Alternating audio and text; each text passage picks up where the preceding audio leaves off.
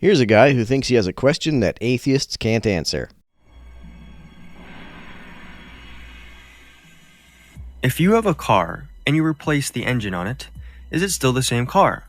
Most people would say yes, it is the same car, since it generally has all the same parts. But is it the same car if you replace the frame also? At this point, you might be skeptical because the frame is an essential piece to this individual car. Why would the frame be more essential than the engine? But you might be able to get around this and say that it's still the same car since it has most of its internal parts as the same. But what if you replace practically all the parts, internally and externally, besides maybe one or two? At this point, it becomes quite self-evident that this is an entirely different car to what it was before. Well, no, even if there's one part that's left, it's not an entirely different car, it's just a mostly different car. Since all its essential parts are completely different. How do you decide which parts are essential and which aren't? What you consider to be the essence of the original car seems to be pretty subjective to me. Now, why does this explanation matter? Well, this same concept of parts being changed happens within every single human being at every second of the day. And it specifically has to do with the cells that make up our entire body. As one study finds, about 330 billion cells are replaced daily, equivalent to about 1% of all our cells.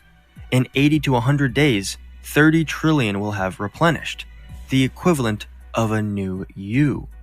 Therefore, in order to say that you're the same person that you were when you had entirely different cells, you have to have a soul, right? This doesn't follow. A person is not any particular set of cells. A person is a pattern of activity carried out by the cells. Take, for example, your fingerprints. The skin that is formed into your fingerprints changes quite frequently, yet the fingerprints stay recognizably the same. If you left your fingerprints at a crime scene 20 years ago, investigators will still be able to match them to what they look like today. Does this mean that fingerprints are some woo-woo, non-physical phenomenon? Clearly not.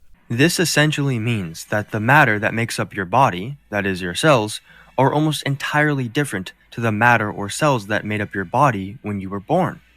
Now, as we said, a car in which practically all its parts are completely replaced would thus become a new or different car. But what follows from this is that if practically all our cells in our body become replaced, then we would be an entirely different person or human being than the one to which we were when we were born. No, we wouldn't. Just as our fingerprints are not different even after all the matter that makes them up is replaced, we don't see a person as different just because the matter carrying out their personhood is replaced. As another illustration, imagine a soccer game is interrupted by a thunderstorm, but the whole thing was being filmed and the positions of all of the players when the game stopped is on record. Then imagine decades later, some folks decide to finish that game, but the players are different, the field is different, the ball is a different ball, etc. They put people on the field in the same configuration the original players were in when the game was stopped, they set the score to what it was at that time, and they finish the match from there. It's entirely reasonable to think of that as a continuation of the same soccer match. This doesn't require the match to have some kind of non-physical soul. Some may dispute that it should count as being the same soccer match, but there's no objectively incorrect way to decide whether it is or it isn't. Identities are not inherent to things, but are rather bestowed by human beings for human purposes. Whether you view it as the same soccer match is up to you. The reason we treat a person as having a contiguous existence despite the matter in their bodies being entirely replaced over the course of their lifetime is that not doing so creates all kinds of inconveniences for each person and for society. Imagine what a pain in the ass it would be if the law didn't recognize you as the owner of the property you accumulated when your cells were different, or if we thought we couldn't justly hold someone accountable for crimes they committed when they were made of different molecules. Now, of course, this view only holds true under an atheistic, naturalist view of reality, in which mankind does not have souls which are immaterial. For the atheist in this paradigm, the world is just made up of matter. There is no soul and no God. No, atheists do not believe that the world is just made up of matter. The vast majority of atheists recognize that time, space, and energy exist as well. But the absurdities of this position begin to arise, such as we have just covered. For the atheist would have to say that we are a different human being from when we were born. For the reasons I explained, an atheist would not, in fact, have to say that. I conceive of personhood as a process. It's an activity carried out by a nervous system whose molecules get replaced bit by bit over time, but which is still playing the same soccer match, so to speak. The reason this holds true is that there is no consistency of personhood in a materialistic worldview in which all our parts are completely different.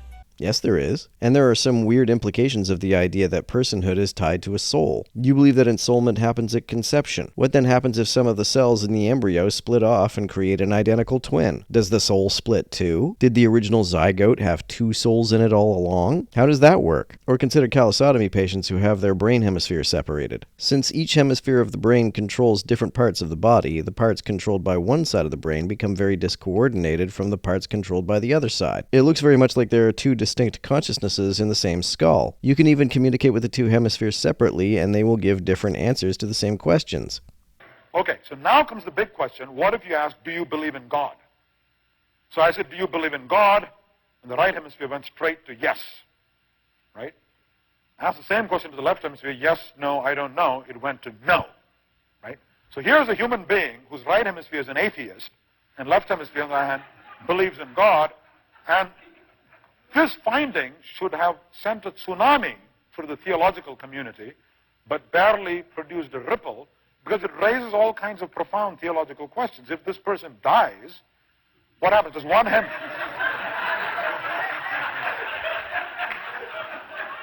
Does one hemisphere go to heaven and the other go to hell? I don't know the answer to that. Does this one body have two souls living in it? When the brain was divided, did the soul get divided too? Do doctors actually have a means of surgically creating a new soul? For just as I am a different individual human being to my father, I would also be a different individual human than the one I was just a few years ago.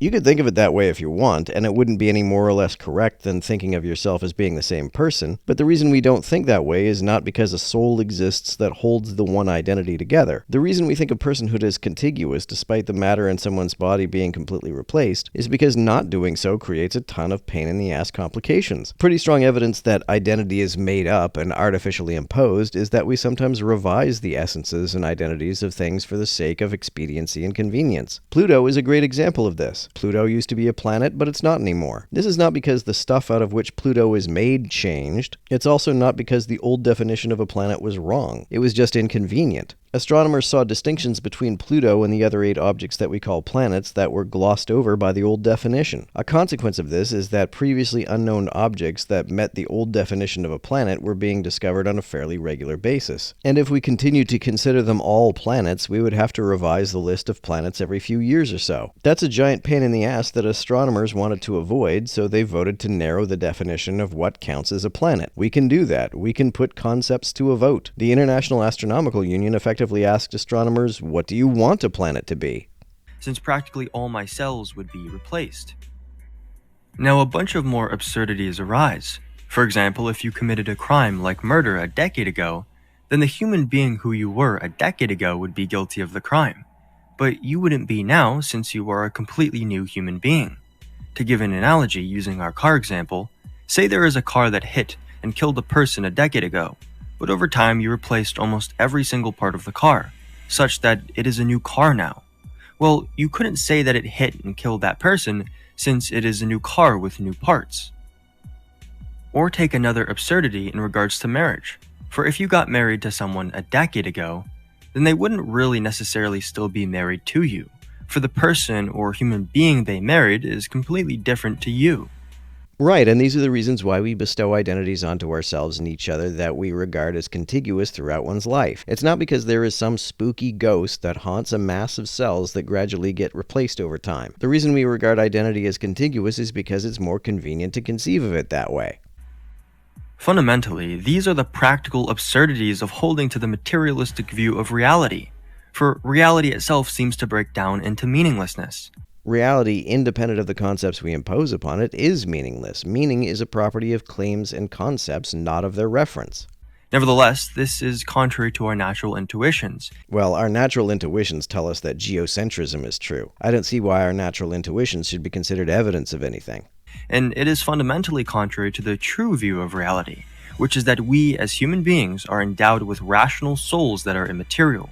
What does that even mean? If it isn't made of anything physical, then what is it made of? If it's made of nothing, how is that different from not existing? If my body is controlled by a soul, why can my soul only control my body and not other people's bodies or other objects? Why can't my soul even control my entire nervous system? If the neurons in my brain are disconnected from the neurons in my legs, I won't be able to move my legs. Why? What is the antenna that exists in neurons in the brain that can pick up soul signals that is absent from the neurons in the rest of my nervous system? The only explanation that a theist can give for why this is the case is that's just the way God set it up. This is untestable and non-falsifiable.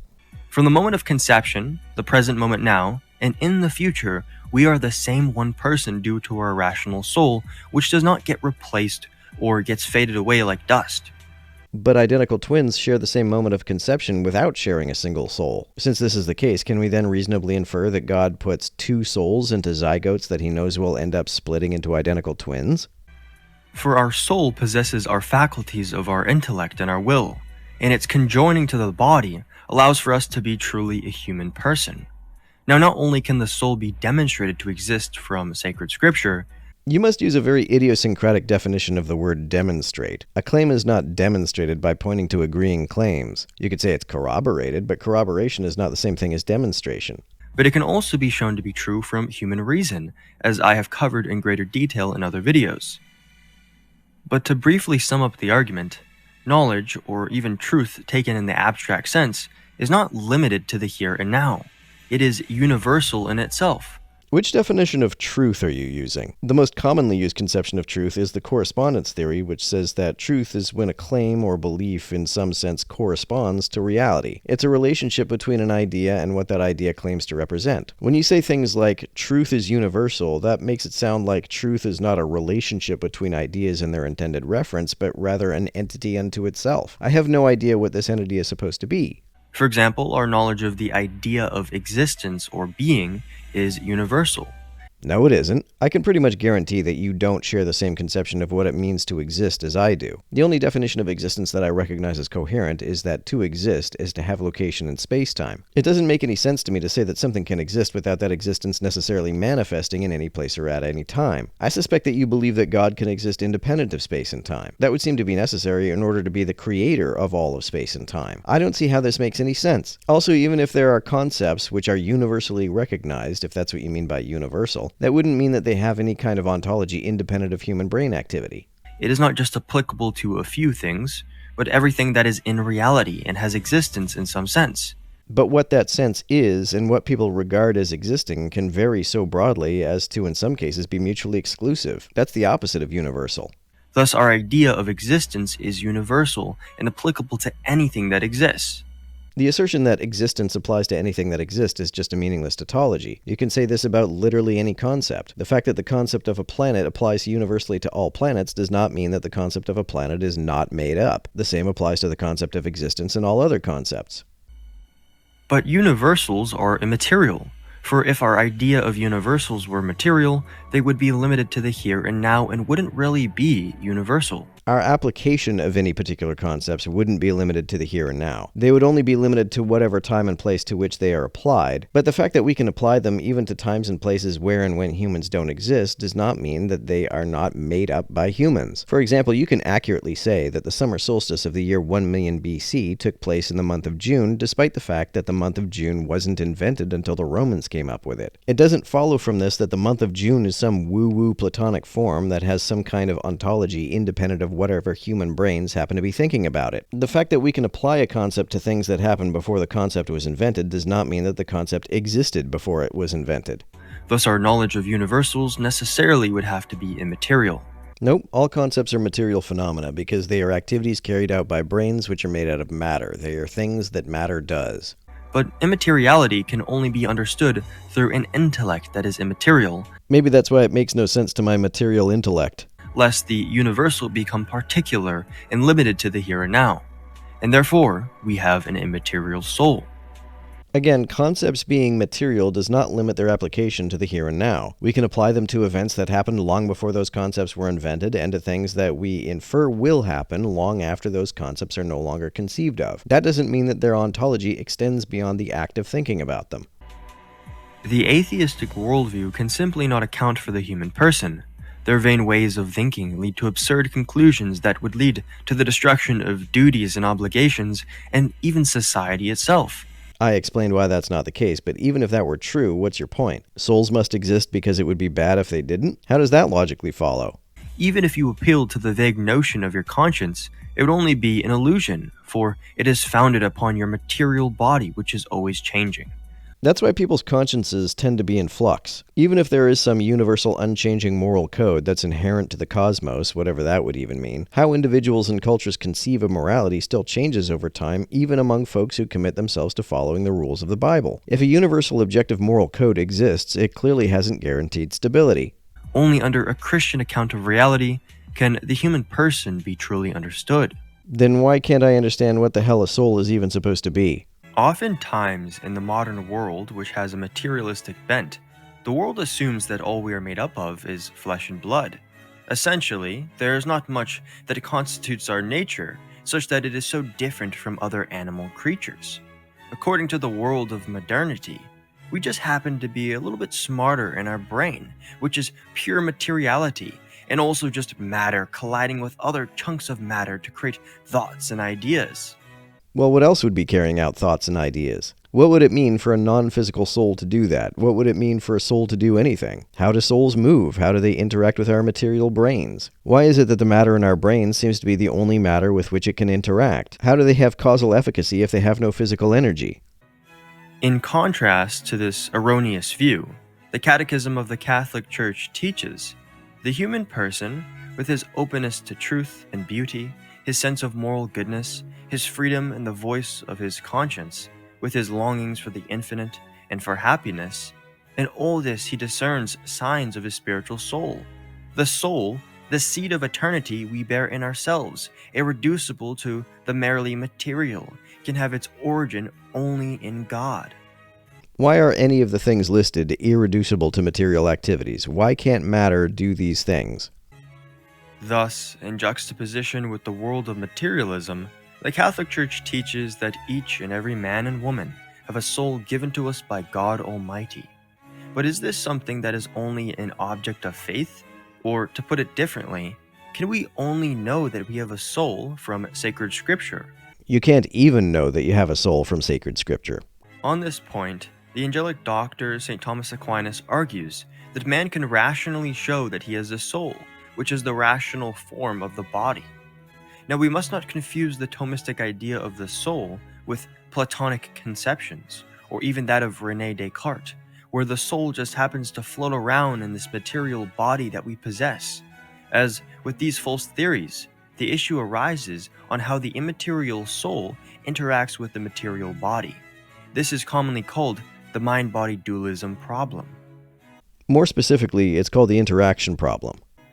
In contrast, for St. Thomas, the soul is the very source of our intellect or reasoning capabilities, and its possession of ideas, or of the truth, is intimately related to the body and almost entirely dependent on it. This is the case since all man's knowledge, in some way, comes from our senses, or our sensual experiences of reality. Now, in the system of St. Thomas, which stems from Aristotle, a distinction can be made between the form of a thing and the matter it is made up of. For example, the form of a statue may be the shape and its various crevices and angles, but the matter of the statue is going to be the type of stone it is made up of, like marble. In those things which are animate, or are alive, this form, or substantial form, is also called the soul. It is that which is operative over the structure of the material body. The substantial form, or the soul, is that which truly animates and gives life to the matter. What gives life to matter is its configuration and the processes it carries out. The difference between a living body and a body that is not living is what those bodies are doing physiologically. One might object and say that animals and even plants have an operative structure or form. Wouldn't this mean that animals and plants have souls? Well, for St. Thomas, and even Aristotle, the answer is yes. But we must clarify what is meant by soul in these cases. The soul is that which is the animative principle of life in animate things, and this includes all animate things. And why can't this be physical phenomena like the physical configuration of the energy and matter in the bodies of animate things? As Father Robert Brennan OP writes, among the creatures of the cosmic universe, we discern three kinds of basalt organisms: plants, animals, and men. Accordingly, there are three kinds of souls immersed in matter: the vegetative soul, the sensitive soul, and the rational soul. Each soul is distinct by virtue of the special powers or properties which it manifests in its operations. Plant life reveals itself in acts of nutrition, growth, and reproduction. Animal life is exhibited in acts of sensitive cognition, sensitive appetition, and local movement. Human life, the crowning perfection of physical nature, is manifested in acts of rational cognition and rational appetition. Non-human animals are also capable of making rational inferences. Plenty of animals are capable of recognizing correlations, for example, and form expectations about future events that extrapolate from those noticed correlations. If you sprinkle some fish food over a fish tank, after a while, fish will swim to the top of the water if you just hold your hand over it. They have seen that the hand brings food on particular occasions, and extrapolate from that to form a universal expectation that seeing a hand will always be followed by food. But it must be noted that it is specifically in man that the soul is truly immaterial. Now, this operative form, or the soul, can be rationally shown to be immaterial in man. Well, you said that the fact that our cells are completely replaced over the course of our lifetimes shows that we must have an immaterial soul that makes us the same person throughout our lives. If animals don't have immaterial souls, does that mean that your elderly dog is not the same dog that you adopted as a puppy if its cells are entirely different now? And this is due to the nature of knowledge and our intellect. For our intellect knows things insofar as they are universal. For example, our idea of a tree is universal. No, it isn't. There are different conceptions of what constitutes a tree, and actually some degree of debate in botany as to what counts or does not count as a tree. The broadest definition seems to be that a tree is a plant from which you can extract wood, but that's not the only definition that's used. For this idea of a tree fits any and every tree we may encounter. But universals are immaterial, for if they were material, they would be limited to the here and now, and wouldn't be universal. The existence of even the most broadly agreed upon concepts are limited to the times and places during which people conceive of them. The fact that we can apply them to times and places before and after these concepts were invented in no way shows that they have any kind of ontology independent of brain activity. Thus, universals, which are immaterial, can only exist in that which is immaterial, i.e. the soul. For universals cannot exist in material or the physical realm, lest they become particular and limited to the here and now. We can even get to a more fundamental note or attribute of reality, which is the idea of being or existence itself. For all things that exist have being or existence in some way, and we can only understand anything if it has existence.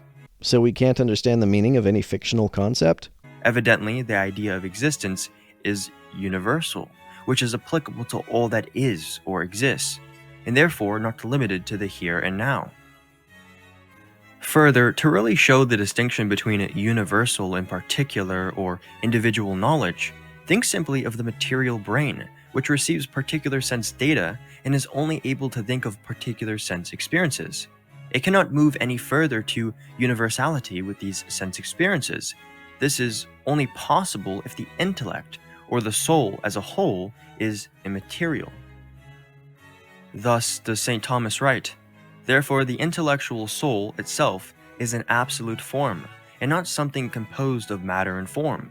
For if the intellectual soul were composed of matter and form, the forms of things would be received into it as individuals, and so it would only know the individual, just as it happens with the sensitive powers, which receive forms in a corporeal organ." If that were the case, then computers would not be able to make statistical models from training data because models are made by measuring statistical relationships and extrapolating from them. A common rebuttal to this point is that computers are made by people to be able to do those things, but if a purely physical device can be made to do that, that means that physical things can, in fact, do that.